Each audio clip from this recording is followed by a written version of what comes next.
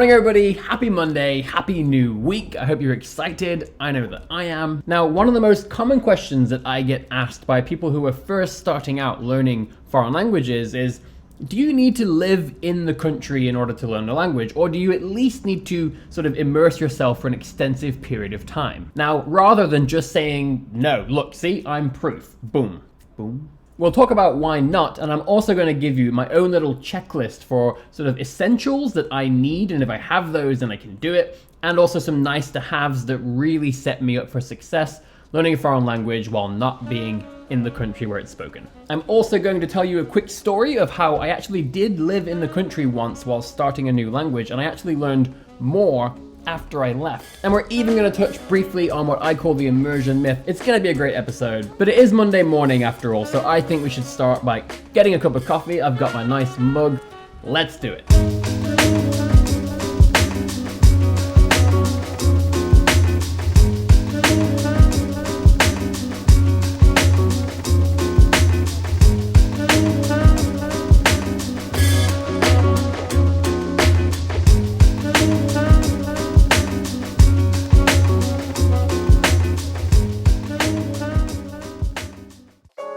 Okay, here we go. Or just like, I love that first sip of coffee on a Monday morning. So I hope you will join me now when I say, happy Monday. So let's start with the short and simple answer. The answer is no, you do not need to live in the country or even be immersed for an extensive period of time in order to learn a language and learn it well. Now, like many other polyglots, I'm living proof of this fact over and over again. Now, the most interesting one was probably when I went to Japan, because I actually worked as an interpreter starting on my very first day in the country, which means that in the 3 years before that, I studied very intensively and I achieved a level of fluency high enough to go and work on a private contract interpreting for a family. I did some immigration interpreting, I did all kinds of things, and that was all about living in the country or even getting any kind of sort of in-country immersion. Now, a few years ago, I decided to take this experiment one step further, and I actually made a video where I spoke in Swedish, like somewhat fluently. I would say to like a very, very rudimentary level of fluency, and I had never actually spoken to a person in Swedish at the time of that video. Now, the funny thing is, I have actually continued that experiment, not entirely on purpose, but the way my life has played out, I still haven't actually had the chance to speak Swedish with a real person. And so soon I am gonna make a video speaking Swedish with sort of an update,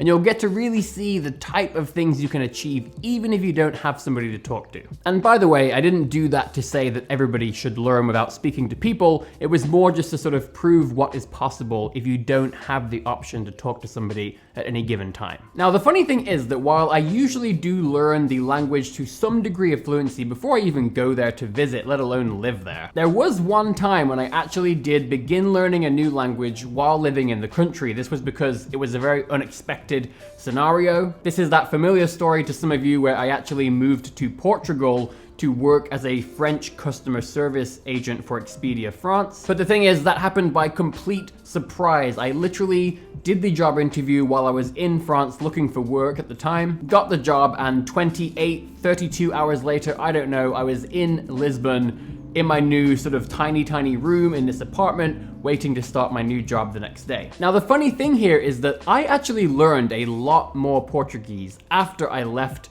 Portugal and was no longer living in a place where it was widely spoken. Furthermore, one thing that I found really interesting was that I actually felt like I was learning Portuguese more slowly while living there than I normally would if I was not in the country as a complete beginner. Now, what I'll say here overlaps quite a lot with what I call the immersion myth. Now, I think we're going to talk about that in a whole video because it's also a really interesting related topic. For the purpose of this video, I'll just say that lots of people think that the best way to start learning a language is to just go there to the country, immerse yourself, and you'll just skyrocket to fluency. But in my case, it was really interesting because I actually felt like I didn't have the same luxury of choice as I normally would living at home, because I had all these like daily phrases that I kind of needed to learn just to get by. But the thing is, Yes, you figure out how to go to the supermarket and you kind of figure out when they're asking, would you like a bag or not? Or do you want some change? Or all these different regular sort of daily scenarios. But to be honest, that doesn't really contribute that much to actually becoming fluent in a language. In that scenario, I found that I got very, very good at going through the daily things of living in Portugal, but it was more like on autopilot. I just started to know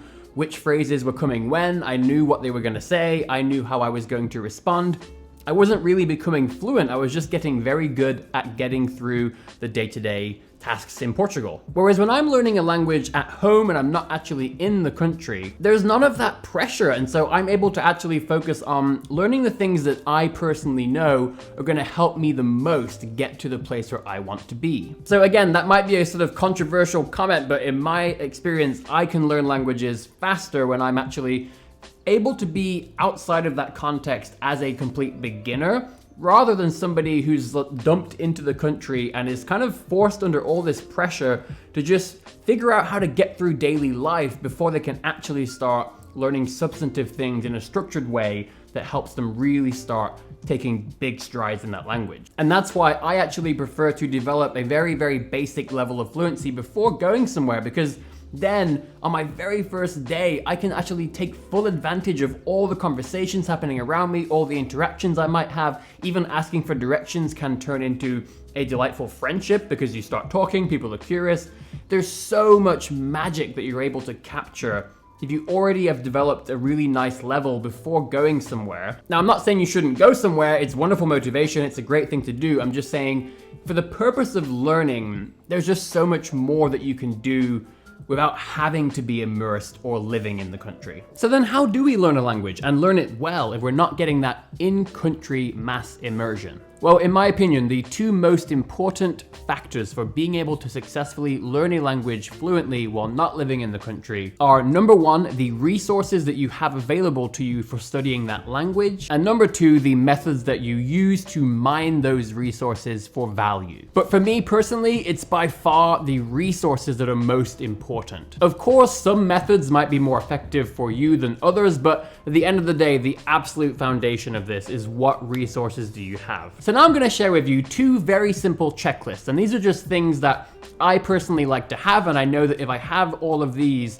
I can definitely succeed no matter what. So first up, we have my essentials. Now these are going to be things that, if at all possible, I really, really want to have these essential things, and if I do, I can definitely get to where I want to go. So first is a nice set of beginner resources, such as books or applications. Now, this is really important. The first thing I do in starting a new language, or even assessing learning a new language, is I want to see what beginner resources are there. Now, I personally love Babbel, so the first thing I will do is check, does Babbel offer this language? But many of you will have your own favorite apps and resources or book publishers, so figuring out what's available for these sort of beginner resources, because that's obviously where you're probably going to start. Now, after that, in terms of absolute essentials, I jump straight to authentic materials, and I want to see if I can find things that I know will be able to give me the value that I need. So if I can find even just one novel that's, fairly lighthearted, fairly short, a great story, and that I'm excited to read, and has an English translation available,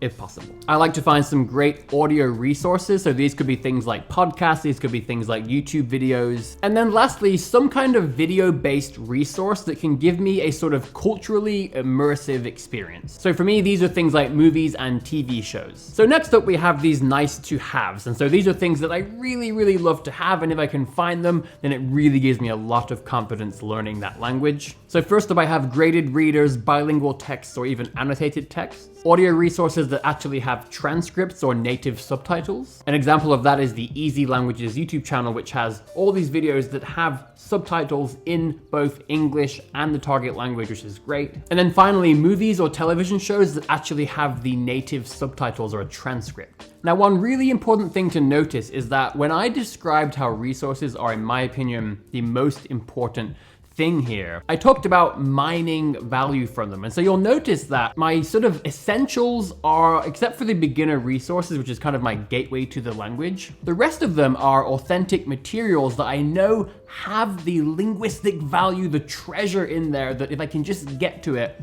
that's gonna get me where I wanna go. You'll also notice that my nice to have list, they're all things that help me to mine that value out of those resources. So that's why I say the essentials are the sort of, it's the content that it has what I need, but I have to admit, it's pretty difficult if you don't have some things to help you, like a transcript for audio content or subtitles in the native language if you're learning with a TV show or a movie. Now, I will also mention that people are a wonderful resource. So of course, if you have people to speak to, that's amazing, and that's a really, really helpful resource for you to have. But I'm gonna put that in my nice to haves and not necessarily my essentials, because as I've discussed, if you don't have that available at any given time, it doesn't mean that you can't do it. And if you have amazing resources, if you have graded readers and annotated texts, and if you've got podcasts that have a transcript, and if you've got things like Easy Languages where they've got these wonderful street interviews with subtitles in both English and the other language, and if you have a TV show and a drama with native subtitles, oh my God, you can get an unbelievably immersive experience, and you can really just take your skills so far, even if you don't have people to talk to. But yeah, if you pair those things with people to also speak to, oh my God, at that point, there's really nothing that you cannot achieve, even if you're not living in the country. So at this point, I think the evidence is highly conclusive. You definitely do not need to go and live in a country where the language you're learning is spoken in order to learn it fluently, and it's very possible to reach a really nice level of fluency without even going to the country. Now, certainly, if you have the option to go and live somewhere or even visit for an extended period of time, that's wonderful. I think it's an amazing experience, and there's no reason why you shouldn't do it. I just don't want people to see this as a serious limitation that might stop them from achieving their goals if they don't have that option in the foreseeable future. For now, I wish you a happy Monday, a great new week, and I'll see you back here on Wednesday for another episode.